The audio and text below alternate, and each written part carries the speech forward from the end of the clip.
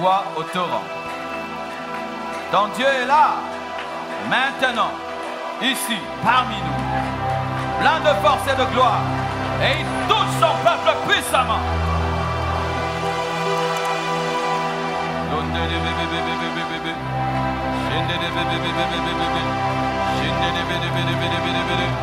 Je m'écris, loué soit l'Éternel, et je suis délivré de tous mes ennemis.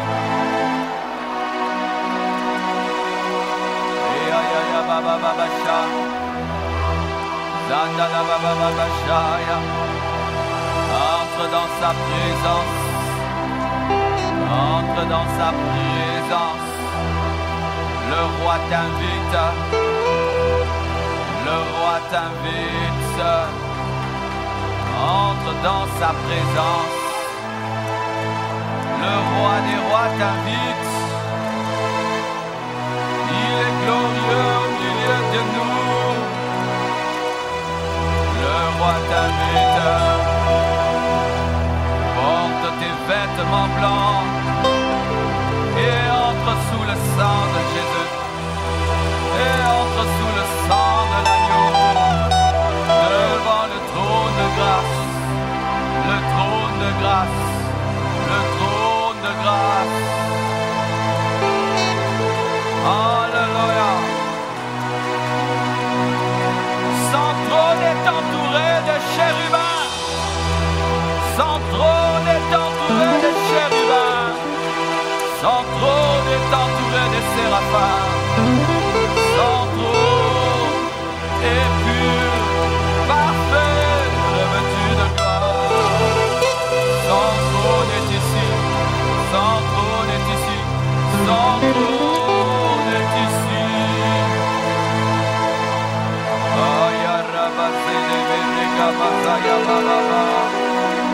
Celui que Jean a vu dans l'Apocalypse est ici.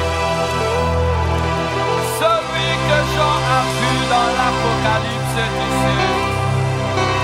Oh,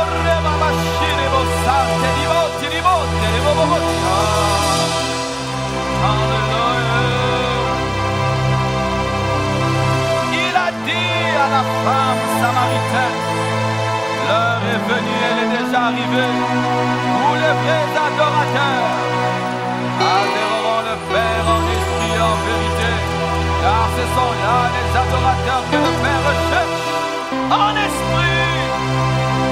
Nous l'adorons en esprit, en esprit. Nous l'adorons en esprit. Nous entrons dans sa présence en esprit et nous sommes bénis en esprit. Nous rendons un culte en esprit.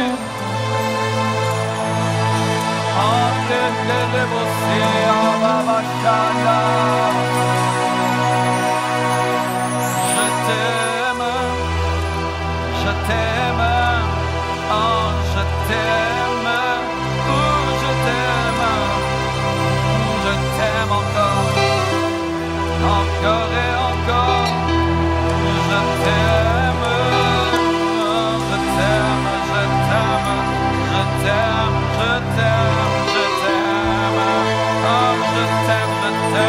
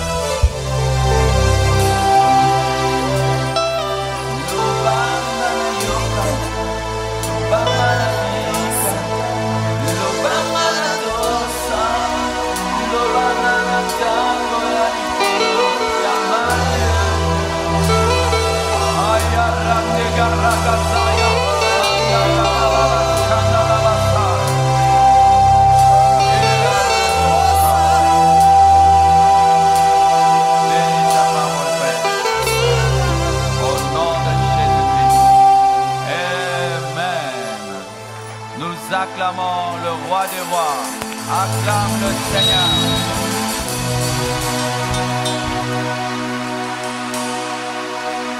Amen.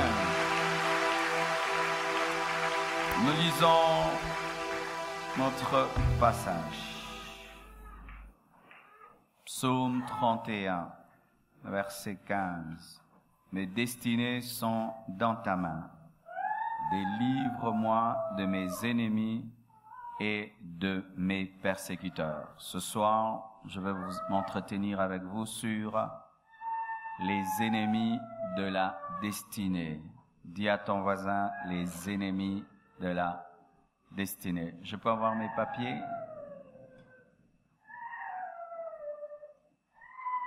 Ok, j'ai besoin de 10 choristes.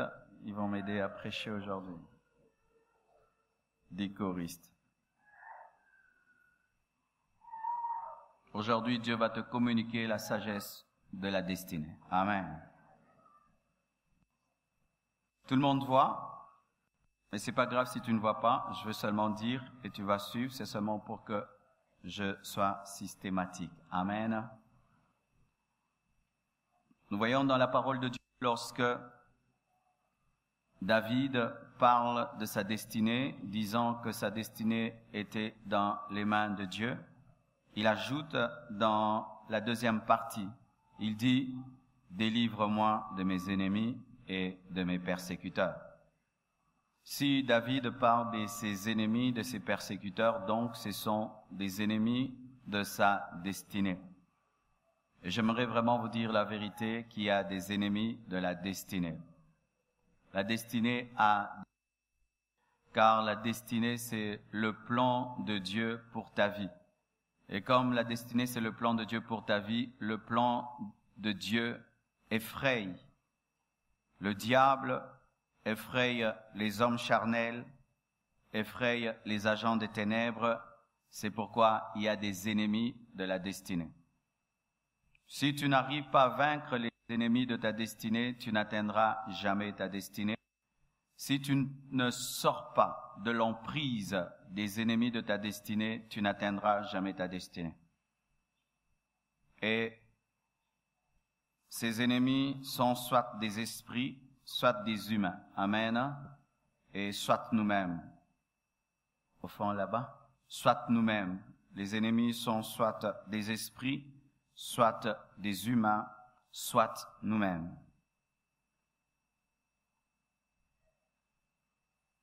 Souvent, ce sont les enfants qui pensent qu'ils n'ont pas d'ennemis.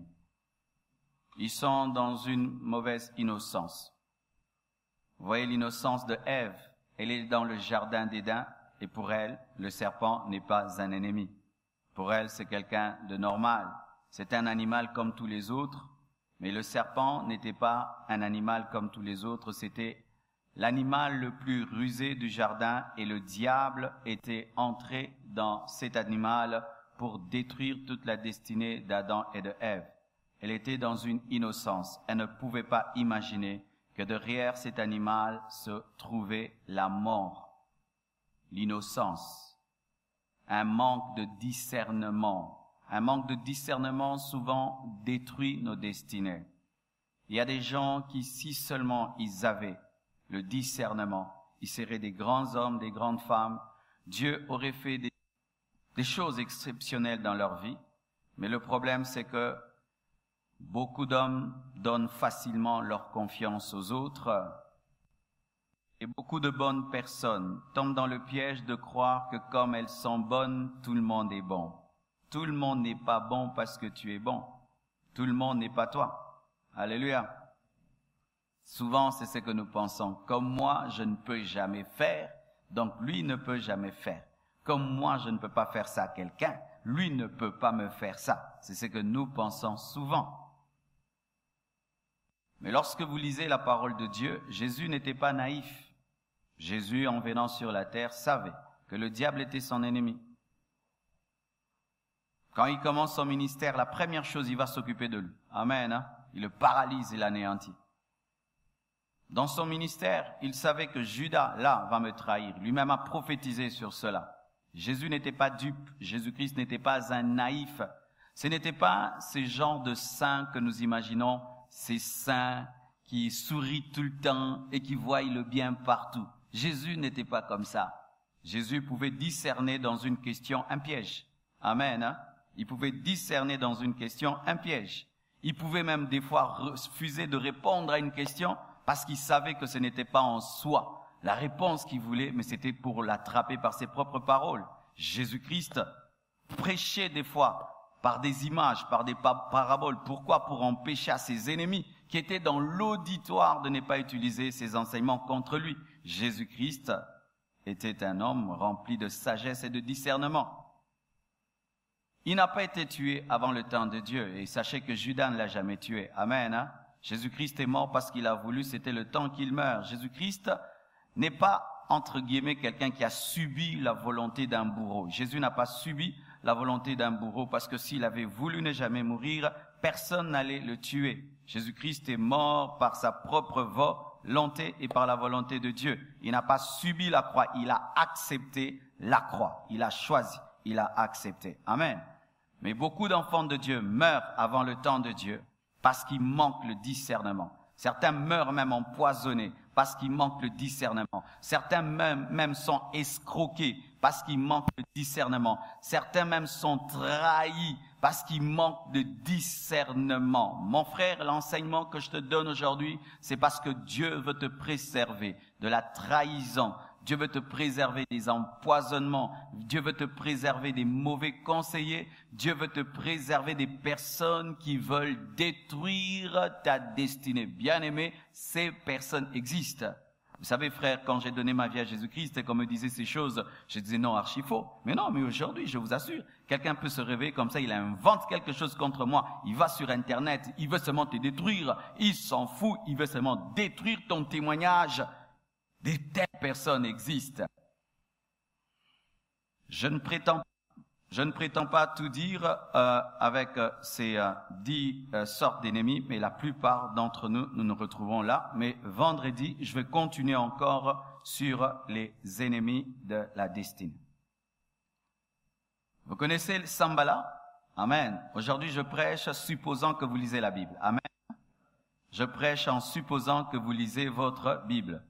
Lorsque Néhémie est allé construire la muraille de Jérusalem, il y a eu Sanballat, Tobija et Gershom, amen, qui se sont opposés à la construction de la muraille, qui se sont opposés au projet de Néhémie de bâtir la muraille. Qui sont les Sanballat? Sanballat ne se manifeste pas tant que tu n'as pas un projet grand. Sanballat ne se manifeste pas tant que tu n'as pas reçu la permission du roi de bâtir quelque chose de grand. Sanballat ne se manifeste que lorsque la grandeur commence. Amen. Ce sont des ennemis qui ne se révèlent que dans la grandeur. Si là tu ne vis pas encore la grandeur, tu ne verras pas Sanballat. Mais ce n'est pas que Sanballat n'existe pas. Il n'a pas d'intérêt à se manifester parce que tu ne construis rien. Tu ne bâtis rien. Et quand je dis construire, ce n'est pas seulement une maison. C'est que tu ne poursuis rien de grand. Alors il n'a pas besoin de se manifester. Et des fois nous sommes étonnés que tu vives très longtemps avec un frère dans la chair, un ami, mais un jour, il se révèle comme Sanballat. Et tu es très étonné. Mais non, tu ne bâtissais rien. C'est pourquoi il ne pouvait pas révéler le Sanballat qui était en lui. C'est le jour où que tu vas commencer à faire des grandes choses qu'il va se révéler comme étant Sanballat. Alléluia. Sanballat. Sanballat est un type d'ennemi qui ne se révèle que lorsqu'on fait des grandes choses. Qui ne se révèle que lorsque tu es proche d'un projet. Que tu veux faire quelque chose d'important. Quelque chose qui va transformer ta vie. C'est lorsqu'il vient pour s'opposer. Et pourquoi Sanballat s'oppose? Sanballat s'oppose seulement parce qu'il est jaloux.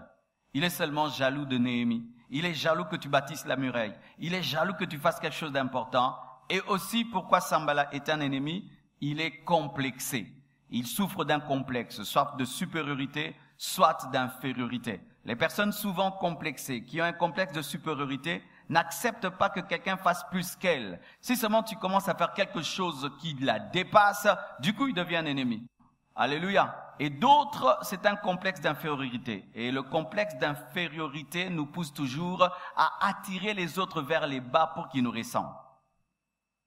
Les Sanballats sont souvent des petites personnes dans leur tête, remplies de complexes. Ils se trouvent tellement petits. Ils se trouvent tellement petits, et ils supportent pas que quelqu'un devienne grand. Il doit tout faire pour te ramener là où il est. Et c'est souvent l'esprit que nous avons à Kinshasa, au Congo. c'est que tant qu'un ami est à ton niveau, tout va bien. Tant qu'une amie est à ton niveau, tout va bien. Si seulement il commence à faire un petit décalage, il commence à mieux étudier, il finit ses études, il se marie ou il trouve un travail, il achète une voiture, ceci, rien que des petites choses comme cela, Sambala se manifeste. Pourquoi lui, il a moi? Pourquoi lui va construire la muraille et moi, je ne veux pas construire cette muraille? Les Sambala. As-tu un Sambala dans ta vie? Fais très attention à Sambala. Sambala est capable de détruire ce que tu fais. Il est capable de détruire la nuit ce que tu construis pendant le jour. Il est capable d'anéantir tes efforts. Et Néhémie, face à Sambala, qu'est-ce qu'il faisait? Il construisait avec... Ils avaient à la fois des instruments spirituels et ils avaient des instruments de guerre. Amen. Avec Sambala, tu dois opérer dans la sagesse que j'appelle la sagesse d'être prudent comme un serpent et d'être simple comme une colombe. C'est-à-dire que tu as l'humilité de la colombe, mais tu as la prudence du serpent. C'est-à-dire que je t'aime, mais je suis prudent. Amen. Ainsi, Néhémie protégeait et bâtissait. À la fois, il utilisait un matériel de construction, mais aussi un matériel de guerre, faisant qu'on ne pouvait pas détruire ce qu'il bâtissait avec un matériel de construction. Vous comprenez ce que je dis? Alléluia. Et Sambala, il vient pour saper ta détermination. Lorsque tu travailles dur et tu veux bâtir quelque chose de grand, Sambala vient pour te décourager. Est-ce que tu vas y arriver? Est-ce que tu y arriveras? D'ailleurs, ce que tu construis, c'est rien. D'ailleurs, si seulement un renard passe par là, ta muraille va tomber. Il vient pour te décourager. Et la technique de Néhémie face à Sambala, c'était quoi? Continuer malgré tout. Amen. Quand tu as un Sambala dans ta vie, ne t'arrête pas. Continue. Il te critique, tu continues. Il dit ça va tomber, tu continues. Tu continues jusqu'à ce que tu termines. Si Sambala t'amène seulement à t'arrêter, il t'a vaincu. Ne vous arrêtez pas lorsque vous avez des Sambala dans vos vies. Des gens qui n'aiment pas que tu avances, que tu bâtisses, ne les écoute pas, continue. Si tu vois Sambala dans ta vie, sache que tu es en train de faire quelque chose d'important. Il est la prophétie que tu es devenu important. Parce que Sambala ne se manifeste jamais au hasard. Il ne se manifeste que lorsqu'il y a une muraille à construire. Un homme de Dieu a dit, tes guerres prouvent que tu n'es pas mort parce qu'on ne combat pas les cadavres. Tes combats sont la preuve que tu n'es pas mort parce qu'un cadavre, on ne le combat pas.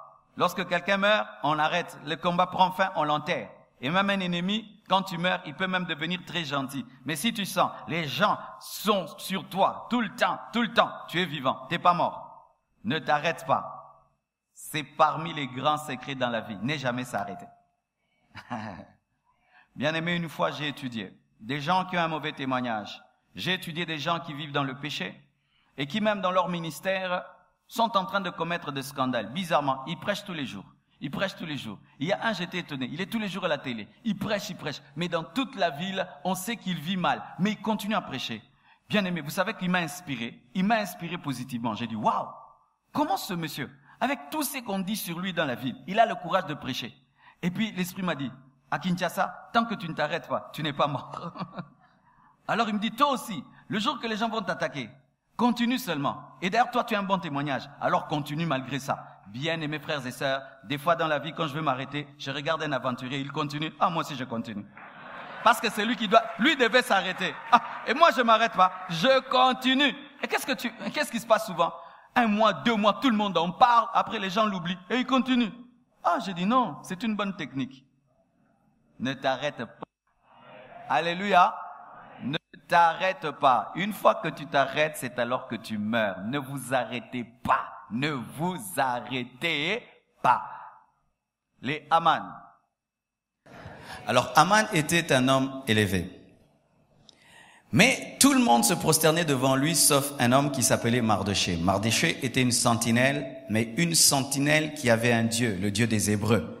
Alors, Mardochée refusait de se prosterner devant Haman, et Haman a décidé de tuer Mardochée. Pourquoi? Parce qu'il était différent. Les Haman se révèlent seulement quand tu es différent. Tout le monde va à droite, toi tu vas à gauche, il devient ton ennemi. Pourquoi tu ne fais pas comme tout le monde? Pourquoi tu ne parles pas comme tout le monde? Il te hait pourquoi? Parce que tu es particulier. Les Haman n'aiment pas la particularité. Les Haman n'aiment pas les gens qui ont une forte personnalité, qui ne se laissent pas diriger facilement. Les Haman n'aiment pas ça. Les Amans sont des personnes qui aiment dominer les autres, qui aiment qu'on puisse les adorer, qu'on puisse les glorifier. Et quand toi tu ne l'adores pas, tu ne le glorifies pas, il est prêt à te faire du mal. Bien-aimé, toi qui as une forte personnalité, tu vas rencontrer dans ta vie des Amans. Je me souviens, il y a très très longtemps, alors que j'étais jeune, j'étais invité à faire une modération dans une grande conférence. Et moi, Dieu m'avait enseigné depuis très longtemps qu'il faut respecter les hommes de Dieu, mais jamais leur donner la gloire de Dieu. Alors on m'a mis comme modérateur. Et pendant qu'on adorait, il y avait le chef des modérateurs de la conférence. Je n'étais pas le chef, j'étais parmi les modérateurs. Et puis je vois un cortège, les hommes de Dieu devaient maintenant entrer, les orateurs. Et puis je voyais qu'on me faisait un petit signe, on me disait Marcelo, mais arrête la modération, nous voulons recevoir les hommes de Dieu. Ah, j'avais d'un côté l'ordre du chef à obéir, et j'avais aussi d'un côté l'Esprit de Dieu qui me disait continue. Vous savez ce que j'avais fait? J'ai fermé les yeux en co. J'ai continué à chanter. Il est Seigneur.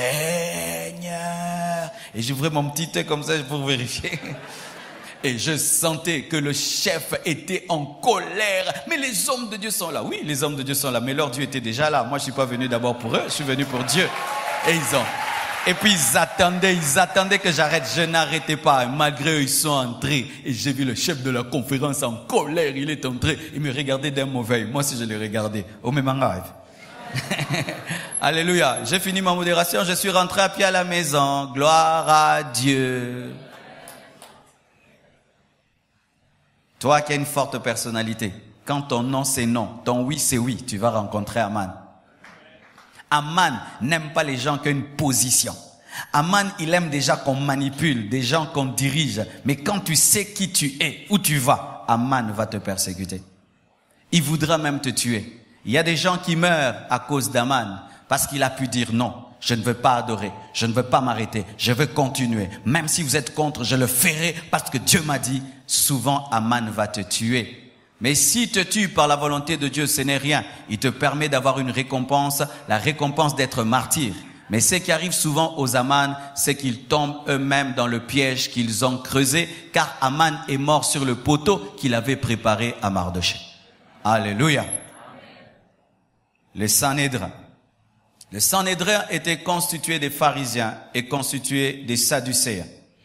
C'était les chefs spirituels d'Israël. Et lorsque Jésus-Christ a commencé à avoir du succès dans le ministère, ils se sont mis ensemble alors qu'ils étaient très divisés. Certains croyaient en la résurrection, d'autres ne croyaient pas. Certains croyaient aux anges, d'autres ne croyaient pas. Mais ces deux blocs se sont mis ensemble afin de détruire et de tuer Jésus. La Bible nous dit que les Sanhédrins cherchaient une chose, attraper Christ par ses propres paroles, de sorte qu'ils envoyaient dans la populace qui l'écoutait des hommes qui vont seulement dire « il avait dit ». Les Sanhédrins cherchera à t'attraper par tes propres paroles. Bien-aimé dans la destinée, apprends à parler. Amen. Hein? Apprends à parler. Et des fois, ne dis pas tout. Tu n'es pas toujours obligé de tout dire. Je reviens de quelque part, je viens de faire une grande affaire. Et puis tu me demandes, je viens d'où? Je te dis, je reviens de quelque part. D'où? Je viens de la ville. D'où? Mais de la ville. Mais de faire quoi? Faire des affaires. Lesquelles? Des affaires. Je suis pas obligé de te dire ma vie, t'es pas mon père ni ma mère. Même mon père et ma mère ne me demandent pas tout. Pourquoi tu dis tout à tout le monde, bien-aimé? Pourquoi tu dis tout à tout le monde? Et pourquoi tu précises tout à tout le monde? Jésus parlait en parabole à la foule, mais c'est aux disciples qu'il expliquait. Tu risques de mourir avant le temps de Dieu. Tu risques de mourir avant le temps de Dieu. Les Sanhédrins, ce sont des politiciens. Ce sont des stratèges. Ce sont des hommes avec une sagesse tellement élevée que lorsque tu es face à eux, tu dois être plus sage et plus intelligent qu'eux. À un niveau de la vie. Ce n'est pas un homme qui te combattra, ce seront des hommes qui feront des réunions et ils font des réunions de 50 personnes et ils mettent ensemble 50 cerveaux pour avoir une idée contre toi seul. Il y a de tels niveaux de la vie où toi tu dors chez toi, les gens ne dorment pas, ils sont en train de faire des réunions sur comment t'avoir. Souvent, quand nous prions, Seigneur, élève-moi. Si tu dis, Seigneur, donne-moi une rose, tu as demandé des épines. Car Dieu ne peut pas te donner une rose sans te donner les épines. Et Dieu ne peut pas te donner une destinée sans te donner des ennemis de la destinée. Mais le problème, c'est que nous voyons souvent le bon côté de la destinée, mais nous oublions les ennemis de la destinée qui sont réels et très très réels, aussi réels que le Dieu qui nous a donné la destinée. Des hommes intelligents, des hommes forts capables, qui se mettent ensemble afin de détruire un homme. Et je t'assure, frères et sœurs, souvent, lorsque 1000 hommes font une réunion, ils vont t'envoyer un seul Judas. Mais derrière Judas, il y a des hommes. Ne prends jamais à la légère un homme, car il se peut que derrière un homme, il y a des hommes. Ne prends pas à la légère un homme, car derrière un homme, il peut avoir des hommes. Un jour, un homme, il rencontre une femme sur la route et il la convoite. Tu vois, quand tu es tellement impudique, des fois tu oublies ton rang. Vous voyez ça? Des gens qui sont élevés, qui oublient leur rang par leur impudicité. Alors il transporte une femme et puis il la convoite. Mais la femme sait que c'est un homme élevé. Mais tout homme élevé a un ennemi. Et lorsqu'elle descend de sa voiture, elle appelle ses ennemis. Votre monsieur là, il m'a convoité. Alors on lui a envoyé alors cette fille dans son bureau, mais avec un téléphone pour qu'elle puisse filmer. C'était une femme, mais il n'y avait pas qu'une femme. Il y avait des hommes derrière la femme. Frères et sœurs, plus Dieu t'élèvera, plus le nombre de tes ennemis va grandir. Plus Dieu t'élèvera, plus les stratégies seront élevées. Plus Dieu sera précis, plus les attaques seront précises. Le Sanhédrin finit comment? Si tu es avec Dieu, ils seront confondus, car tout le mal qu'ils vont te faire, Dieu va le changer en bien. Ils ont crucifié Jésus, mais Jésus est mort, il est ressuscité, et il a reçu le nom qui est élevé au-dessus de tout autre nom. Alléluia! Face au Sanhédrin, il faut avoir Dieu. Si tu n'as pas Dieu, le Sanhédrin va t'anéantir. Les Judas. Judas, qui était-il? Judas était l'un des disciples de Jésus-Christ et à qui Jésus avait confié la caisse. Sachez qu'on ne confie pas la caisse à n'importe qui, on confie la caisse à quelqu'un de confiance. Et Jésus-Christ n'avait pas confié la caisse à Judas pour le piéger, non. Il avait confié la caisse à Judas par confiance. Amen. Hein? Ce n'était pas pour le piéger, non. C'était parce qu'il avait confiance en lui. Et Judas, la Bible nous dit qu'il touchait à la caisse. Il touchait à la caisse jusqu'à ce qu'il touchait à la caisse ne suffisait plus. Il voulait plus et il a vendu le propriétaire de la caisse. Alléluia. Bien-aimés, qui sont les Judas? Les Judas, ce sont les personnes qui utilisent ta confiance pour te détruire. Ce sont des personnes de confiance. Et la plupart des grands leaders sont morts à cause des Judas. Jamais on ne viendra prendre quelqu'un à qui tu n'as pas confiance pour t'anéantir et te détruire. Tellement que tu es élevé, tu as mis autour de toi une barrière, de sorte que personne ne peut entrer si tu ne le connais. C'est pourquoi lorsque le diable cherchera à te détruire, il cherchera quelqu'un en qui tu as confiance, ton ami, celui que tu dis mon pire, Yendengai, ce sera lui. Judas, c'est les personnes en qui on donne la confiance, mais qui utilisent cette confiance contre nous. Et si tu es avec Dieu, Judas aussi ne te fera rien. Car s'il te vend et on te crucifie, il te permet aussi de ressusciter. Car le crucifié ne peut se livrer lui-même, il faut qu'on le livre. Et tu as besoin de Judas pour être livré. Alléluia. Toute chose concourt au bien de ceux qui aiment Dieu. Amen. Mais si tu aimes Dieu, toute chose va concourir à ton bien. Mais si tu ne l'aimes pas, Judas va te détruire. Amen. Les Judas, ils ont arrêté la vie de beaucoup de gens. Ils ont détruit la vie de beaucoup de gens. Des fois, j'arrive à certains endroits et puis Dieu me dit ne bois pas. D'autres endroits, Dieu te dit de boire. Et des fois, on me pose la question, mais pourquoi tu ne bois pas? Et puis je réponds au pasteur, pasteur, toi je te connais, je connais pas tes protocolaires. Mais oui, pasteur, je te connais, mais tes protocolaires, je les connais pas. pasteur, en toi, j'ai confiance en toi. Mais en tes protocolaires, j'ai pas confiance. Mais comment? Ben oui. Est-ce que l'eau là que tu me donnes, c'est venu de chez toi à la maison? Non. C'était où? C'était seulement là. Donc ta protocolaire là que je ne connais pas là, donc elle peut me servir comme je veux. Non, non, non, non. Si l'Esprit de Dieu me dit de boire, je bois. S'il me dit pas, je bois pas, je ne la connais pas. Mais si je viens chez toi, à mon ami pasteur que je connais, je bois comme je veux. Mais si je vais à l'église, il faut que l'Esprit me dise. Amen. Amen. C'est pourquoi même, si tu offres quelque chose à un inconnu, refuse de boire, laisse-le tranquille, il ne te connaît pas. Si tu offres quelque chose à quelqu'un qui ne te connaît pas, il refuse. Laisse-le tranquille, il a raison. N'est-ce pas que toi aussi, des fois, tu refuses? Pourquoi un tour à Moningue Foussa la Karayayo Boya? Vous connaissez ces gens qui ne boivent chez personne, mais veulent que tout le monde boive chez eux? Vous les connaissez, hein? Chez lui, tu dois boire. Si tu ne bois pas, il le prend mal. Mais lui, il boit chez personne, il mange chez personne. Non. Si toi, tu discernes, discernons tous. Mais oui, je connais des gens comme ça. La première chose, bois, mange, bois. Mais lui, non, j'ai pas faim, j'ai pas soif, je jeûne, j'ai pas faim, je jeûne. Ah, donc toi, tu as le monopole de discerner, mais nous, il faut toujours qu'on fasse.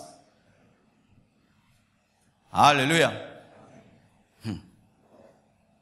Frère, sœur, lorsqu'un homme que tu ne connais pas veut te détruire, il cherchera un homme que tu connais. Par qui? Il t'aura, parce que tu auras confiance en celui en qui tu as confiance pour être détruit par celui que tu n'as pas. C'est pourquoi choisissez bien vos amis. Et à un niveau de la vie, il faut réduire même les hommes de confiance. Il faut réduire. La Bible dit, celui qui a trop d'amis les a pour sa perte. Amen. Évitez ces choses. Mon ami. Non, c'est mon ami. Au Koufa. Connaissance. Camarade de classe, ami, moko. Mi balé, tosuki. Mais à tout le monde, mon pote. Oui. L'amitié sur Facebook, ce n'est pas l'amitié véritable. Parce qu'on a des amis sur Facebook. Oh, écoute, tu y étais. Amen, hein. 5000 amis, mais tu ne les connais pas. Mais il y a des gens qui vivent dans la vie comme s'ils étaient sur Facebook. Mon ami, j'aime. Abonné, j'aime. C'est l'immaturité quand tu remarques que quelqu'un appelle facilement les gens mon ami. C'est de l'immaturité. Parce que ami, ça veut dire beaucoup. Amen. Celui qui a même accès à tes faiblesses. C'est pourquoi j'aimerais vous parler de Delilah. Qui est Delilah? C'est la femme qui a réussi là où les hommes ont échoué.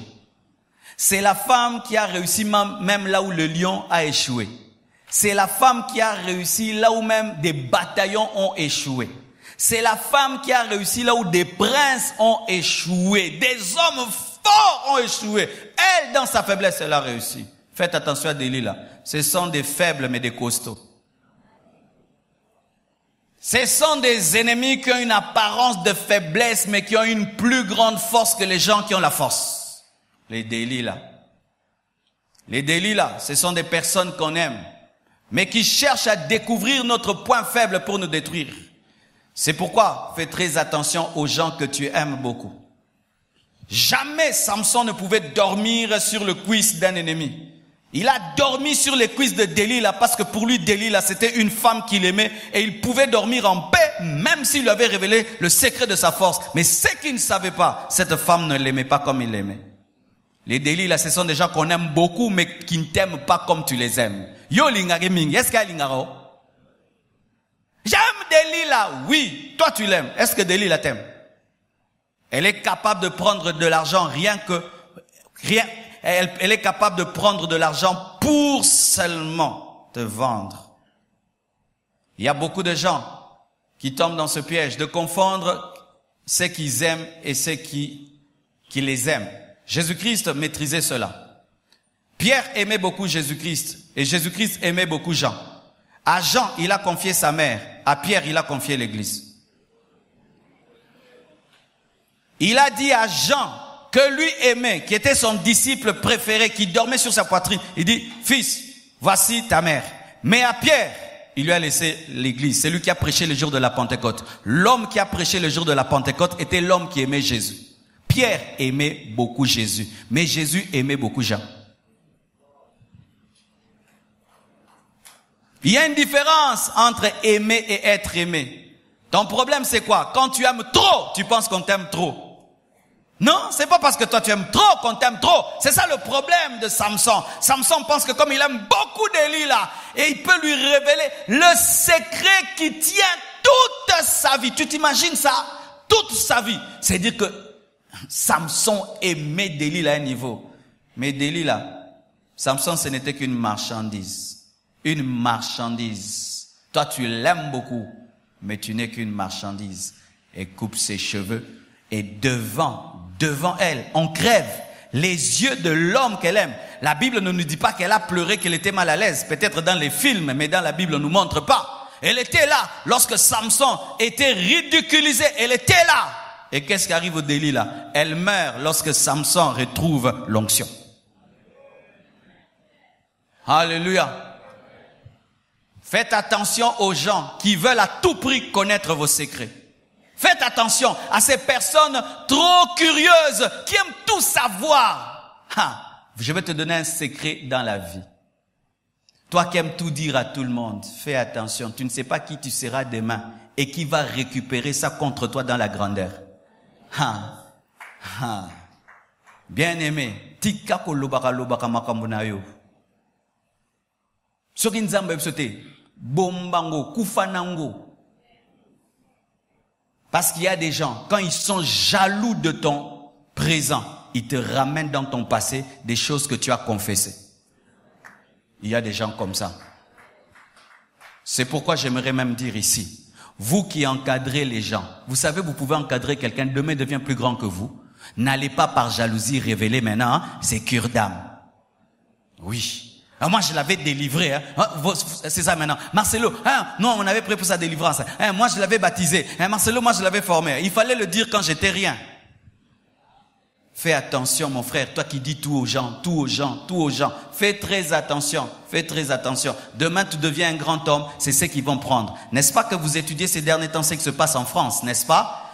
Avec celui qui voulait devenir président, Zongsien a passé Betty présent. Comment on est nani?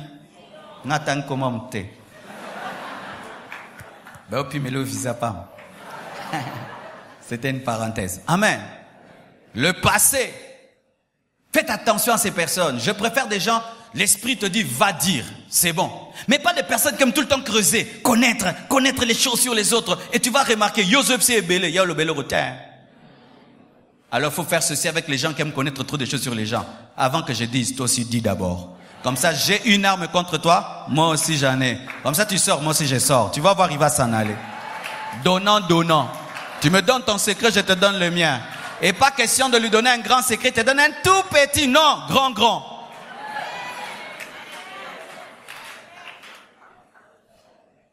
Mais aussi, il y a certains aussi, il va nulle part. Il peut même te donner un grand secret, il va nulle part. Maintenant, pour que toi qui vas quelque part, tu lui donnes un grand secret, ne lui donne rien.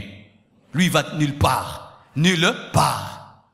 Et te donne un grand secret. Tu sais, moi vraiment, toi aussi tu dis moi vraiment. Une fois seulement que tu as fini de dire moi vraiment, qu'est-ce que Delilah a fait? Elle a téléphoné les Philistins. Ils sont venus couper ses cheveux. À peine que tu vas révéler tes défauts, il va prendre un téléphone, appeler le monde entier. Voyez ce monsieur-là. La jalousie pousse les gens à révéler les secrets des autres.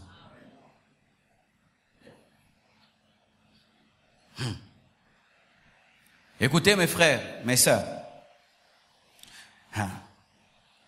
J'ai un problème aujourd'hui. J'ai trop de choses au même moment. Alors Voici mes frères. Ce n'est pas parce que vous êtes en train de causer et que vous n'avez plus rien à dire qu'il faut dire des choses. S'il n'y a plus rien à dire, lève-toi, rentre à la maison. Tu vas dire des choses que tu vas regretter. Amen. Parce que nous commençons à révéler des choses qui vont nous détruire lorsqu'il n'y a plus rien à dire.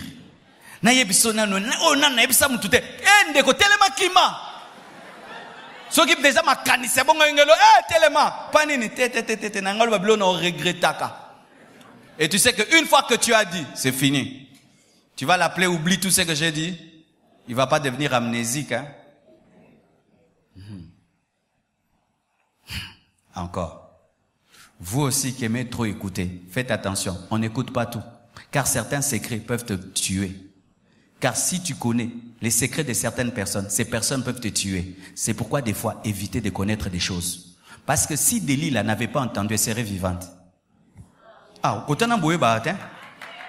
pourquoi Delilah est morte? Parce qu'elle a su que Samson, si on coupe ses cheveux, il perdra l'onction. Ainsi, elle a su, après elle est morte. Tant qu'elle ne savait pas, elle était vivante. Moi, il y a des fois des gens qui viennent, pasteur, je vais te dire, je ne veux pas savoir. Je ne veux pas savoir. Pourquoi? Tu veux tout me dire? Et si dans tout ce que tu vas me dire, il y a des personnes très méchantes, si elles savent que je sais, elles peuvent me faire du mal, je ne veux pas savoir. Laisse-moi tranquille. Ne cherchez pas à tout savoir dans la vie. Quelqu'un vient ici, et puis il commence à me dire, oh, moi j'ai fait ça avec tel. Des autorités dedans, des personnes méchantes dedans. Et maintenant on va dire à ces personnes, vous savez là, Marcelo sait ceci, cela. Tu me mets en danger, laisse-moi tranquille. Oh,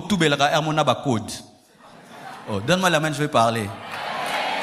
Oui, il ne faut pas tout me dire, oh pasteur, j'étais sorti avec tel. Non, dis seulement je suis tombé dans l'impudicité, c'est l'impudicité. Ne me donne pas des détails. Ne me dites pas tout. Et ne cherchez pas tout savoir. D'ici là, on va ajouter le nombre de cureurs. Voici un secret que je vous donne. Lorsque vous faites la cure d'âme, dites aux gens de rester dans les généralités, pas dans les précisions. Ah oui. Oh, on avait fait, et puis après. Ah, oh, mayo. Raccourci. Et maintenant, force de connaître, ça fait quoi? Après qu'une personne puisse jeter des choses dans la poubelle se jette en quoi? Il y a sans elio ba salité na yo. Yosko sans ya ngwe panan. Ah, koyeba.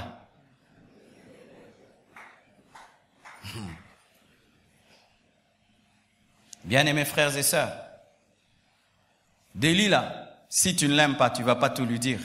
Alors sachez ceci, qu'aimer quelqu'un te met en position de faiblesse. Aimer quelqu'un crée une faiblesse en toi. C'est pourquoi quand tu aimes quelqu'un, tu dois être sûr que tu aimes une bonne personne. Tu dois être sûr que tu aimes une bonne personne. Car si tu n'aimes pas une bonne personne, elle va utiliser ta faiblesse pour te détruire. Il faut être sûr d'aimer une bonne personne. Ne donnez pas vos cœurs aux gens facilement. Amen. Hein? Je t'aime de l'amour du Seigneur. Mais babolingo msusu na penza na discerner yo. Amen. Hein? Les Achitophel. Dis à ton voisin, très dangereux comme leur nom. Achitophel, c'était un conseiller de David. La Bible dit que ses paroles étaient comme des ainsi dit le Seigneur. Lui, quand il parlait, sans être prophète, c'était comme si Dieu a parlé. Quel niveau de sagesse, quel niveau d'intelligence. Lorsqu'il conseillait un roi, le roi écoutait comme si c'était un prophète, mais il n'est pas prophète. Il a un niveau de sagesse qui fait que ce qu'il dit arrive toujours. C'est-à-dire un stratège, un homme intelligent, un homme sage. Mais la Bible nous dit que lorsque Absalom s'est rébellé contre son père, lui, il a choisi le fils rebelle Absalom. Et il a commencé à donner des conseils à Absalom. Et que dit la Bible? Lorsque seulement David a su qu'Achitophel était avec Absalom, il a dit fuyons. Fuyons, on ne gagnera pas. Il a un homme extraordinaire avec lui. Mais il a seulement commencé à prier pour que Dieu transforme les conseils et qu'il paralyse les conseils de Achitophel. Achitophel, c'est un homme qui te donne des bons mauvais conseils. Dis bons mauvais conseils. Aïe, aïe, aïe, aïe. Vaut mieux que te donne des mauvais conseils. Tu vas les discerner clairement. Les bons mauvais conseils, c'est grave. Je donne un exemple. Tu décides de commencer une entreprise. C'est ta conviction. Amen, hein? Mais moi, je viens, je t'apporte un conseil. Mon frère, est-ce que tu as déjà maîtrisé ce domaine-là? Non. En soi, tu vois, dans l'investissement, il faut bien faire l'étude du terrain. Et puis trouver des partenaires, et puis l'étude du milieu, et puis de trouver un capital au cas où le risque, tout. C'est une chose que tu peux faire, mais dans 5 ans. Au Talikabi. Ah, raison. Au Zongi, au Kundiango, 20 ans. Vous connaissez des gens comme ça? Des Achitophel. Ou toi, tu es dans la foi, lui, il est dans la raison. Mais quand il dit, il te convainc, mais ton cœur dit non. Achitophel, c'est quelqu'un qui est dans ta vie. il te donne des bons conseils, mais ces bons conseils ne te profitent en rien. Ce sont des conseils qui sont en l'encontre de ta destinée. C'est-à-dire que toi, dans ta folie, tu es avec Dieu, mais lui, dans sa sagesse, il est sans Dieu. Vous comprenez bien, hein? Alléluia. C'est-à-dire, quand tu as des convictions, tu veux faire, ça marche. Mais lui, quand il te donne les conseils, ça marche pas. Faites l'évaluation de tous les conseils que vous avez reçus et ça vous a amené où? Il se peut que c'est Achitophel qui est votre conseil. Faites toujours le bilan des conseils qu'on vous donne. Toi, tu dis, mon conseiller c'est elle, ma conseillère c'est elle. Fais le bilan. Il t'a donné combien de conseils? Ça t'a amené où? Si un grand sage comme Achitophel peut accepter d'être avec un rebelle comme Absalom, c'est un fou. Parce que la première sagesse, c'est qu'on n'est jamais avec un rebelle. Sa sagesse ne l'a pas empêché d'être avec un rebelle, donc c'est un fou. Alléluia. Les pharaons, j'aime bien ses ennemis. Les pharaons, je les aime. Pharaon a dit clairement à Moïse qu'il était contre lui. Vous ne sortirez pas d'ici. Vous ne sortirez pas. Je ne veux pas. Clairement, il s'est opposé à Moïse. Il a dit, je ne veux pas. Vous allez rester en Égypte.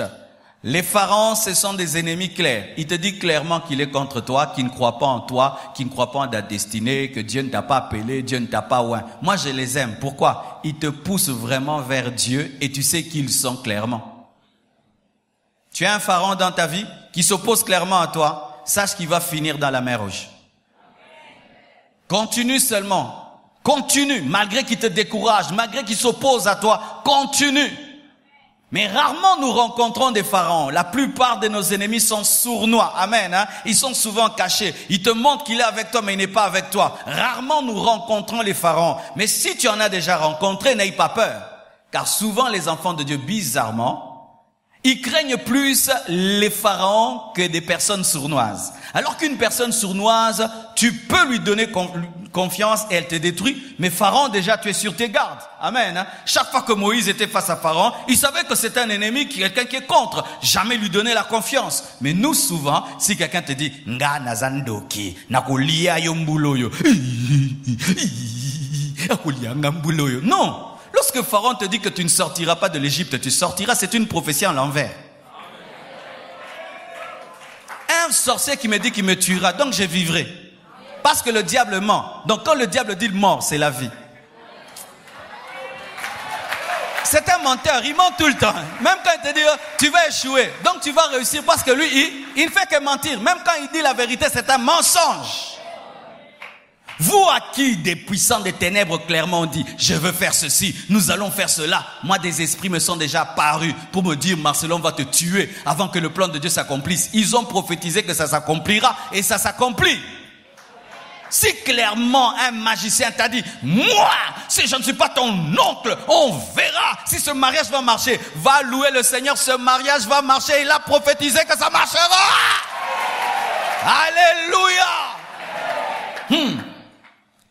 Pourquoi Dieu ne s'est pas chargé de Pharaon la première fois? Directement, il fallait que Dieu commence par la 10e plaie.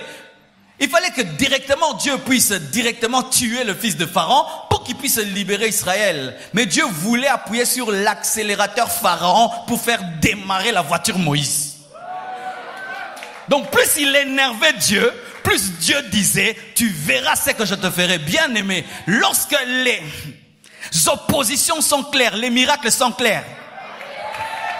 Lorsque les combats sont clairs, évidents, les miracles doivent être évidents. C'est pourquoi Dieu a fait des miracles clairs, parce que l'opposition était claire. Mais quelqu'un qui te combat, mais comme s'il t'aime, comme s'il te combat, tu vois, ça va ça bien, tu fais ça clair. Mais souvent nous avons peur des oppositions claires. Non, béni Dieu. Quand un sorcier vraiment se manifeste, tu nous déranges maintenant, hein? Toutes les nuits, toi, tu vas prier. Tu vas arrêter ces prières. Pourquoi? Nous sommes des sorciers, nous ne savons plus sortir. Eh, Nzambe. Eh, Yesu. Nzambe babimi, penza babimi. Eh, Nzambe. Non, mais ce que waki maya moto na kati libulu likelele bimi. Donc, maya ngo pese c'est moto. En français, hein? Ah, bandé quoi, Facebook. Maintenant, en français, je vais dire ça comment? Si tu mets l'eau chaude dans les trous et les likelele ça. Il faut apprendre le lingala, bien aimé. Alléluia. Alléluia. Lorsqu'il y a une réaction, ça prouve qu'il y a eu une action de Dieu. Lorsqu'il y a une réaction, ça prouve qu'il y a une action de Dieu. Mais les chrétiens ont peur. Tu pries et des esprits impurs viennent. Arrête-toi. Jésus, Jésus. Non. Lorsque tu cherches le diable sur son trône dans le deuxième monde et tu ne le trouves pas, donc il est allé chercher Jésus dans le désert. Parce qu'il ne se déplace pas pour rien. Et lorsqu'une principauté t'apparaît, donc tu es devenu très important. Parce qu'ils apparaissent pas n'importe qui. C'est une prophétie que tu es devenu grand. Mais toi tu as peur. Non, c'est parce que tu es devenu trop efficace qu'il doit maintenant se manifester. N'est-ce pas que dans certains cultes, les gens ont des démons, mais les démons ne se manifestent pas. Quand le feu tombe, les démons commencent à se manifester. Est-ce que leur manifestation est une faiblesse du culte? C'est une puissance du culte. Maintenant, clairement il se manifeste, c'est une puissance dans ta vie. Bénis Dieu. Amen. On prend vraiment un bocal, on te le montre, tu vois. On t'a mis ici. Et puis tu dis, vraiment. Déjà moi-même physiquement, je ne peux pas entrer dedans. Maintenant ma vie, mon esprit qui peut contenir Dieu, ça peut entrer comment? Pour prophétiser que moi, je ne serai jamais bloqué au nom de Jésus. Amen. Les Lot. Nous connaissons Lot, il était de la famille d'Abraham. Lorsque Dieu a dit à Abraham de quitter son père et sa patrie, il n'avait pas dit qu'il quitte avec Lot. Mais Lot a suivi Abraham et Abraham l'a laissé venir parce qu'il avait de l'amour pour lui, il avait de la compassion pour lui, il y avait une filiation entre Lot et Abraham. Mais qu'est-ce que nous remarquons? Tant que Lot était à côté d'Abraham, Isaac ne naissait pas. Amen. Nous remarquons aussi que tant que Lot était là, Abraham n'entrait pas dans sa vraie destinée. Sa présence suffisait seulement pour que les choses ne marchent pas. Voici mes frères. Souvent nous pensons que c'est seulement la sorcellerie qui embrouille les choses. Non. Si seulement tu as Lot dans ta vie, tu n'avances pas. Car ce n'est pas toute personne qui doit être dans ta vie, toute personne doit être sur la terre.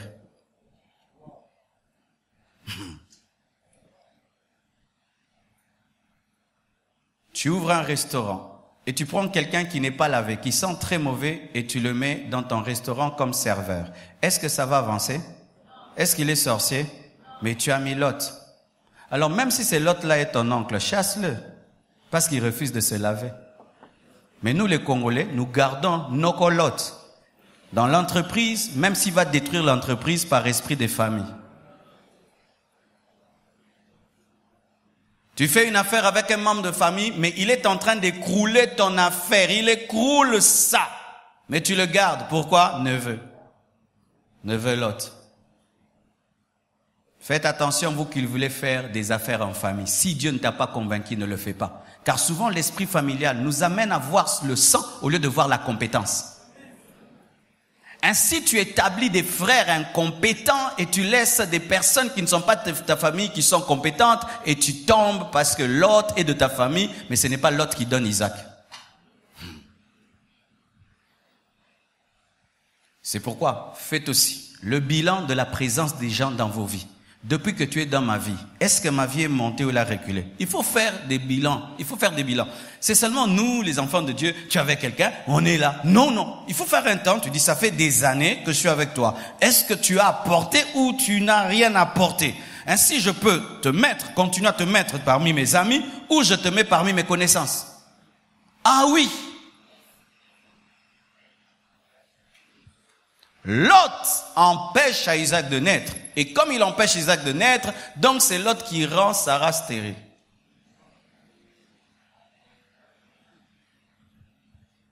Voilà encore. Comment Abraham s'est séparé de Lot? C'est pas lui en soi.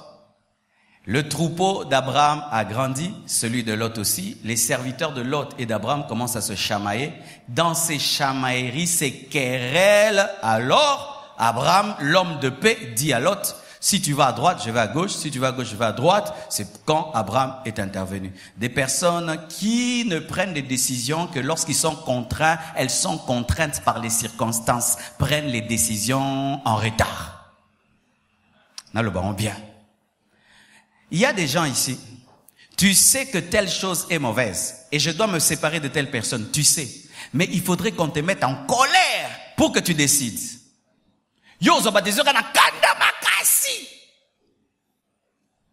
Alors, qu'est-ce que Dieu va faire? Il va t'aider. Il va faire qu'il y ait des problèmes entre tes serviteurs et ceux de l'autre, comme ça tu décideras. Mais sache souvent que les personnes qui apprennent par les circonstances gardent les traces, mais ceux qui apprennent par la parole n'ont pas de traces.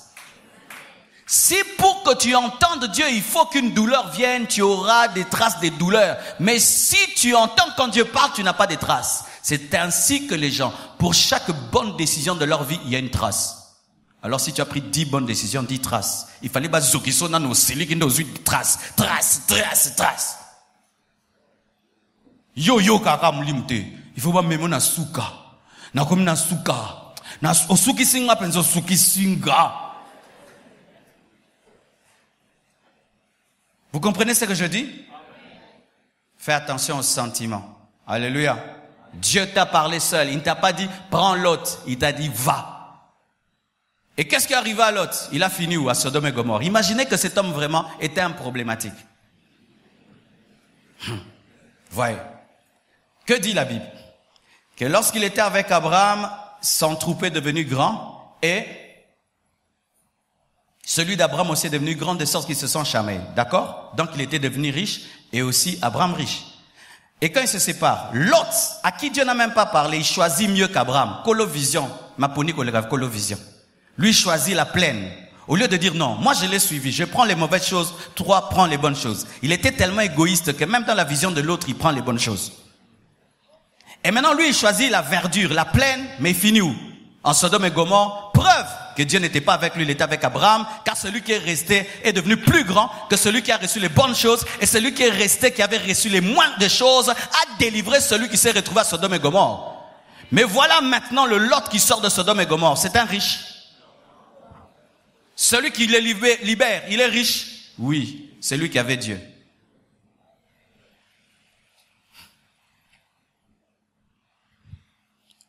Lot finit à Sodome et Gomorrhe. Pourquoi? Il a un mélange en lui. Il est attiré par le monde et sa présence près de toi bloque les choses parce que Dieu a peur d'envoyer Isaac là où il y a Lot. Lot va l'infecter. Les Simons. Simon, c'est le nom de Pierre, mais c'est le premier nom de Pierre. Simon veut dire roseau. Et le roseau, c'est une plante qui pousse dans l'eau et qui subit le courant d'eau. Si le courant va à droite, le roseau va à droite. Si le courant va à gauche, il va à gauche. C'est une plante sans position. Sa tige est comme du plastique. Vous connaissez ça, hein? Ces plantes qui sont comme du plastique, qui ne sont pas fermes, mais qui peuvent suivre tous les courants sans se casser. Les arbres qui sont rigides, quand le courant est trop fort, se cassent. Pourquoi? Parce que ils résistent. Mais le roseau ne se casse pas. Il suit tous les courants, à droite et à gauche. C'était ça le nom de Pierre. Et dans la parole de Dieu, on ne donne pas le nom à quelqu'un pour rien. C'est parce que son caractère ressemble à son nom. Et il avait un caractère de balance. Amen.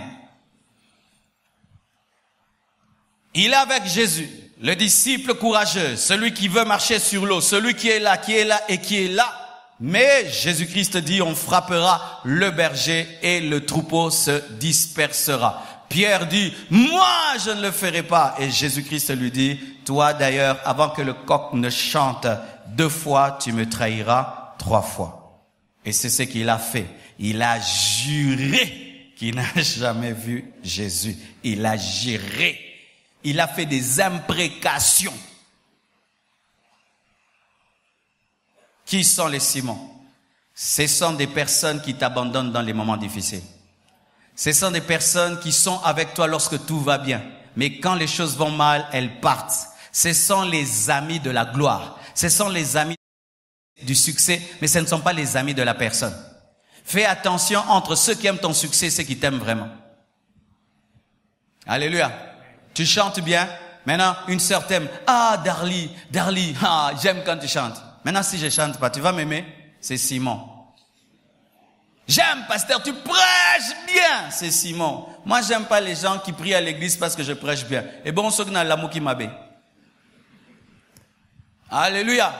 Ce sont des gens qui aiment pour quelque chose, mais qui n'aiment pas la personne. Et nous avons souvent un problème dans nos destinées, c'est que nous confondons les personnes qui aiment notre succès et qui nous aiment vraiment. C'est pourquoi des fois dans la vie, ne donne pas pour que les gens t'aiment toi-même. Dieu, des fois tu pries, il n'exauce pas. Pour que tu l'aimes lui, tu n'es pas plus que Dieu. Des fois tu dois éprouver les gens par rapport à ta personne et les séparer de ce que tu as et de ce que tu es. Simon, ce sont des amis de la richesse. Lorsque Jésus fait des miracles, il est derrière Jésus mouvement. Biso de tous en Yesu mikoloyo, biso ba garde corps à Jésus, biso penza yinda kina Capernaum na niveau moko. Alléluia. Là, il rentre à la maison, il raconte à sa femme, Jésus est terrible. Il a regardé un aveugle seulement, l'aveugle l'a vu. Jésus-Christ a fait ça, tout le monde était là. Jésus, non, Jésus. Quand on l'arrête, naïbioté. Des gens qui t'aiment quand tu as le travail. Quand tu n'as plus le travail, ils s'en vont. Des gens qui t'aiment lorsque tu es en tête, mais quand tu es dernier, qui ne t'aiment plus. Des gens qui t'aiment lorsque tu es vedette, mais quand on t'oublie, ils ne t'aiment plus. Ce sont les Simons, des déloyaux, des amis de la gloire, des amis du succès.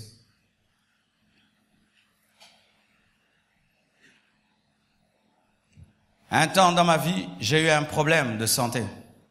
Et pendant 6 mois, je ne prêchais plus.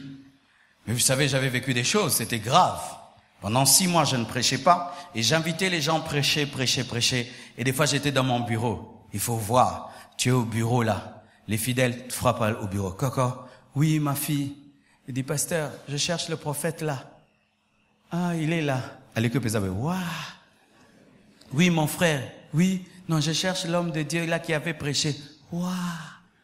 Oui, mon frère, je cherche celui qui avait prêché hier. Waouh. Je dis, je suis vivant. Il m'oublie déjà. Et si je mourais? On a besoin de décision. On a besoin de décision. On a besoin de décision. On a besoin de décision. Si tu trouves que tu es entouré de Simon, fuis. Pour qu'ils deviennent des pierres.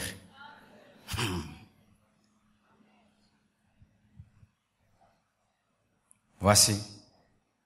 Tu as un ami, quand tu as l'argent, il te cherche. Quand tu n'as plus d'argent, il ne te cherche pas. Ce n'est pas ton ami, c'est Simon. Quand tu es en vedette, il vient prendre des photos avec toi. Quand tu n'es pas en vedette, il n'a plus besoin de photos. C'est Simon. Certaines photos que vous nous demandez, si on n'était pas connus, tu allais demander de prendre des photos avec moi. Dernièrement, j'étais étonné. Après le culte, quelqu'un dit, pasteur, je vais prendre une photo avec toi. J'ai dit, moi, je ne veux plus que mes photos soient mises sur Facebook. À Kendane. Il y a à comprendre. Donc, du coup, il voulait seulement se servir de moi pour avoir beaucoup de j'aime sur Internet. En soi, c'est pas moi qui voulais. Il se voulait lui-même à moi. Quand on prend des photos avec les vedettes, est-ce que c'est pour les vedettes? C'est pour toi. Est-ce que tu l'aimes? La même vedette là, si elle est abandonnée de tous, tu prendras encore une photo? Tu es Simon. Nous sommes souvent aussi des Simons dans la vie de beaucoup de gens. Et nous sommes entourés des Simons, des gens qui nous aiment pour ce que nous sommes devenus, pour ce que nous représentons, mais qui ne nous aiment pas vraiment. Les vrais amis restent au bas de la croix quand tu es nu. C'est pourquoi Marie de Magdala aimait Jésus. Jésus ne faisait plus de miracles. Elle est allée chercher son corps. Elle appelait Seigneur malgré qu'il était mort. Mais les apôtres avaient fui. Votre famille, vous aviez beaucoup d'argent. Tu vois comment les gens venaient tous les jours chez vous, voir ton père, voir ta mère. Mais tu vois comment ils ont fui. Tu vois, depuis que ton père est mort, comment les gens ne viennent plus chez vous. C'était des Simons. C'était des Simons. C'est pourquoi beaucoup d'orphelins sont blessés quand ils voient leur famille, les amis de leurs parents. Mais où êtes-vous aujourd'hui? C'était des Simons. Des Simons. Et ce qui est terrible, beaucoup de parents ne comprennent pas les Simons. Au lieu de nourrir tes enfants, tu les nourris. Au lieu de prendre soin de tes enfants, tu prends soin d'eux. Et demain, quand tu meurs, ils oublient ta famille. Des Simons, des amis du succès, des amis de la gloire. Et vous savez pourquoi le problème? Les Simons parlent trop et nous pensons qu'ils nous aiment trop. Moi, je ne mourrai pas. Jésus! Les Simons, ce sont ces gens qui disent présent, présent, présent, fils de l'homme, fils de Dieu. Vous les connaissez? Oh, ce n'est pas seulement leur donner de l'argent. Fingio, Akwei. les Simon. Libère-toi de Simon. Garde seulement Marie de Magdala. Mais Simon peut se convertir, il peut devenir Pierre et il pourra mourir pour toi. Mais tant qu'il reste Simon, il est inutile. Il t'amènera nulle part. Dites la chair. Bien-aimés frères et sœurs, j'ai placé la chair en dernier parce que c'est le pire ennemi. La chair est plus dangereuse que Simon, que Lot, que Pharaon, qu'Achitophel, que Délila, que Judas, que le Sanhédrin, qu'Aman, que Sambala. La chair. J'ajoute même, la chair est plus dangereuse que le diable. La chair est plus dangereuse même que les démons. Oui, le pire ennemi de ta destinée, ce n'est pas Satan.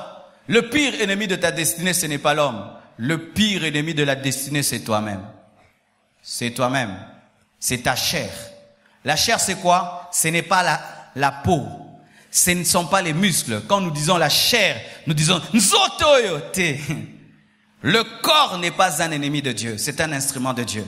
Quand la Bible parle de la chair, il ne s'agit pas des muscles et de la chair, mais il s'agit de l'âme, de cette mauvaise partie de ton âme, cette nature adamique, cette nature déchue que nous avons tous hérité d'Adam et Ève, qui fait que même si tu es converti, la chair est là. Sachez cela. Même si tu es né de nouveau, la chair est en toi. On l'appelle le vieil homme. Le vieil homme est en chacun de nous, même si nous avons l'homme nouveau. Et c'est lui qui est dangereux, le vieil homme. La chair, c'est la femme du diable qui vit avec toi. La chair, c'est la femme du monde qui vit avec toi. Le sorcier, tu peux le chasser de ta maison. Tu peux chasser les démons. Mais tu peux chasser la chair? Non. La chair est là. Je peux être en esprit et puis j'entre dans la chair. Oui, je peux être en esprit. Je parle en esprit. Tout d'un coup, je peux entrer dans la chair. Je commence à me vanter, à m'enorgueillir. La chair, elle est là. Pendant que tu es sous l'onction. Pendant que tu es sous l'onction, la chair est là. Et souvent nous sommes durs avec les autres, mais nous sommes compréhensifs avec nous-mêmes. Alors que le plus grand danger vient du dedans et pas du dehors. Tous ces gens sont venus dans la vie de Jésus, il les a tous vaincus. Pourquoi? Ils n'avaient pas la chair. Jésus n'avait pas la nature adamique. Jésus-Christ n'avait pas la chair dans le sens, pas des muscles, mais il n'avait pas une âme qui avait une tendance vers le péché. C'est pourquoi il n'a jamais péché. Maintenant, que pouvons-nous faire? Lui, il a tout vaincu parce qu'il n'avait pas une âme adamique, il n'avait pas une nature déchue. Comment nous pouvons faire? La Bible nous révèle ceci, que celui qui veut venir après moi, qui se charge tous les jours de sa croix. C'est une crucifixion journalière jusqu'à ta mort. Voici ce qui arrive avec la chair. Tu l'as crucifiée aujourd'hui, demain elle va se réveiller. Tu dois encore la crucifier, demain elle se réveille. Tu la crucifies. Il n'y a pas une crucifixion permanente de la chair. Elle est régulière. Il y a des mises à jour de la chair et de sa crucifixion. C'est pourquoi tu sens des fois, au début de ta vie chrétienne, tu avais dominé tel péché, mais après 5 ans, il a mouki. Au Santarango, pendant une période là, tu domines un péché. Tu vois 6 mois après,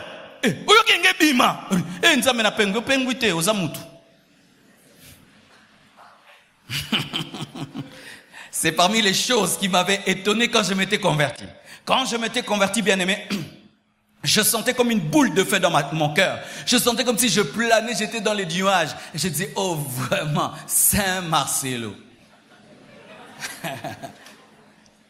Un jour, oh, tu sens des choses. Tu dis, un peu un goût. Saint-Esprit, oh Yesu natikio. Il dit non, je suis là. Mais comment tu peux être là? Mais je sens aussi ça. Il dit, ouais, c'est dans la Bible. Tu dois crucifier cette mauvaise partie. Comment je peux la crucifier? Je dois monter sur la croix? Non, tu dois te considérer comme mort avec moi. Comment? Oui, aïe aïe aïe. Le salut est dans la considération. Ça va, je vais te donner un grand secret, mais tellement facile que ce sera dur que tu croies. Tu sais, si je te dis là, derrière toi, il y a un diamant d'1 milliard de dollars, tu vas pas croire. Pourquoi? C'est trop grand et trop facile. Pareil aussi. Voici comment on arrive à vaincre la chair. Tu dois te considérer comme mort avec Christ quand il mourait. Que quand il mourait, toi aussi tu mourrais avec lui. Et tu étais en lui quand il mourait. Et ta chair en lui était crucifiée. Tu dois te compter comme mort avec Christ par la foi. Et si tu le crois, ça entre en toi. Et chaque jour de ta vie, tu dois te compter comme étant mort avec Christ et tu seras mort avec Christ. Car la vie chrétienne, c'est la foi, avant d'être la discipline. Pour avoir la discipline, il faut avoir la vie de Dieu qui te discipline et la vie de Dieu te donnée par la croix. Je vais expliquer un peu. Voilà. Tu vois, par exemple, si tu étais impudique, tu cherches avec l'impudicité par toi-même. Voici le problème que tu auras. Tu regardes une femme. Eh Seigneur, eh Seigneur, eh Seigneur, eh Seigneur, eh Makanissé, eh Nzambe, eh Seigneur, eh Seigneur, Nzambe limisa, eh Seigneur, eh Seigneur. Pas si. Et il y a des gens, vous faites ça. Oh Dieu, oh Seigneur, oh Jésus, eh Jésus. Eh Jésus, ah ça y est, eh Jésus. C'est pourquoi vous êtes très fâchés contre les sœurs qui s'habillent mal. Pasteur, il faut prêcher sur les habits. Oui mon frère, je donne tous les jours de communiquer sur les habits. Mais le haut niveau n'est pas celui-là. C'est quand Christ mourait à la croix, je crois qu'il y a 2000 ans, moi Marcelo, j'étais aussi à la croix. Et je suis mort avec lui. Et j'ai été enseveli avec lui. Et je suis ressuscité avec lui. Mon ancienne vie est morte et j'ai maintenant une nouvelle vie. Je le crois. Et quand je le crois, la puissance de Dieu qu'il a ressuscité d'entre les morts entre aussi en moi. Et elle tue le vieil homme qui est en moi, c'est-à-dire le crucifix, mais donne une puissance pour le tenir. C'est ça, une puissance pour le tenir.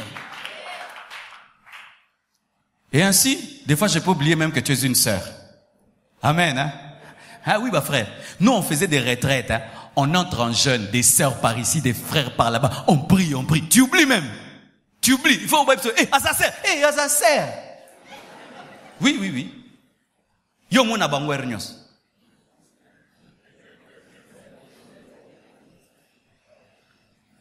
Et cette puissance, chaque matin, tous les jours, tu renouvelles. Aujourd'hui encore, je suis mort, ressuscité avec Christ. Ça se renouvelle. C'est comme si tu as téléchargé un antivirus, maintenant il se renouvelle sur Internet. Et aller sur Internet, c'est la communion par la foi, par la prière. Mais tu dois d'abord avoir premièrement l'antivirus et cela, c'est le jour de ta conversion. Maintenant, tu dois le mettre à jour par la connexion dans la prière. Mais si tu veux mettre à jour un antivirus sans l'avoir acheté, tu ne l'as pas. Mais nous ne pouvons pas l'acheter parce que ça coûte trop cher. C'est pourquoi Dieu nous le donne par grâce. Non, l'évangile, c'est beau. L'évangile, je vous dis, c'est la haute sagesse de Dieu. Alors, si tu sais que ton pire ennemi dans ta destinée, c'est toi-même, tu vas veiller plus sur qui? Le problème, nous veillons sur les gens. Ndoki. Ndoki. Non, ton ennemi, le premier n'est pas Ndoki, Satan. Non, ce n'est pas Satan, parce que l'homme sans le diable pêche. Le premier homme, pour pécher, avait besoin du diable. Mais les autres hommes n'ont pas besoin du diable pour pécher. Ils pêchent parce qu'ils sont pécheurs. Mais le diable vient accélérer la vitesse du péché. Ta voiture roule à 50 à l'heure, je la pousse. Est-ce que c'est moi qui l'a fait rouler? Le diable te trouve pécheur. C'est pourquoi il n'y a pas l'école de l'orgueil. Banababo tamara, le lend.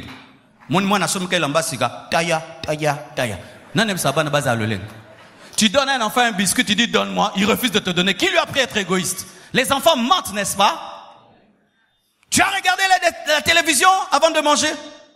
J'ai pas regardé. Qui leur apprenne à mentir? Le péché est en eux. Maintenant, un démon peut venir pour l'accentuer. Le premier homme a péché parce que le diable l'a poussé. Mais tous les autres hommes, nous naissons pécheurs. Nous naissons comme des arbres courbés déjà vers le péché. C'est pourquoi nous faisons le mal naturellement, mais le bien difficilement. Regarde, quand tu étais païen, dans les boîtes, il y avait un modérateur. On t'exhortait. Ndekoya ki boitawa, koza distraité, okobine la satana. On te disait ça. Toi-même. Mais quand tu viens à l'église, il faut te dire, il faut prier, il faut chanter, il faut. Pourquoi? Parce que l'homme est naturellement mauvais et il est surnaturellement bon. Alléluia. C'est pourquoi des fois tu es étonné. Mais comment moi, quand j'étais dans le monde, j'étais zélé comme ça. Mais quand tu viens chez Dieu, tu n'arrives pas. Là-bas, tu étais naturellement mauvais. Mais pour être bon maintenant, il faut être surnaturellement bon. Alléluia. La chair, le pire ennemi.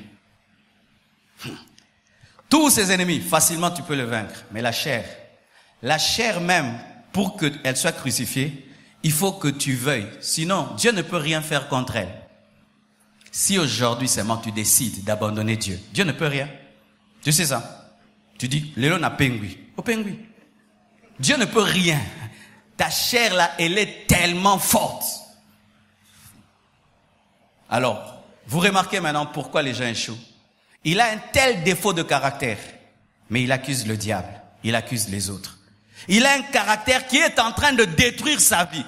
Au lieu qu'il l'accepte, Seigneur, malgré que je suis chrétien, il y a tel domaine de ma vie qui n'est pas sous la croix. Oh Dieu, tue cela. Non, c'est le diable, c'est le pays, c'est ceci, ce sont les autres. Non, d'abord toi. Delilah, c'est vrai, a coupé les cheveux de Samson. Mais Samson était déjà impudique. Amen. Si Samson n'était pas impudique, on allait couper ses cheveux? Non. Mais souvent nous disons, Delilah m'a coupé les cheveux. Oui, c'est Delilah qui a coupé. Mais qui a dormi sur les cuisses? C'est toi. Amen. Hein? Soyez responsable dans votre destinée. N'accusez pas l'extérieur, accusez l'intérieur. Et l'intérieur a une solution, la croix en Jésus. Que Dieu vous bénisse abondamment. Merci mes amis, soyez bénis.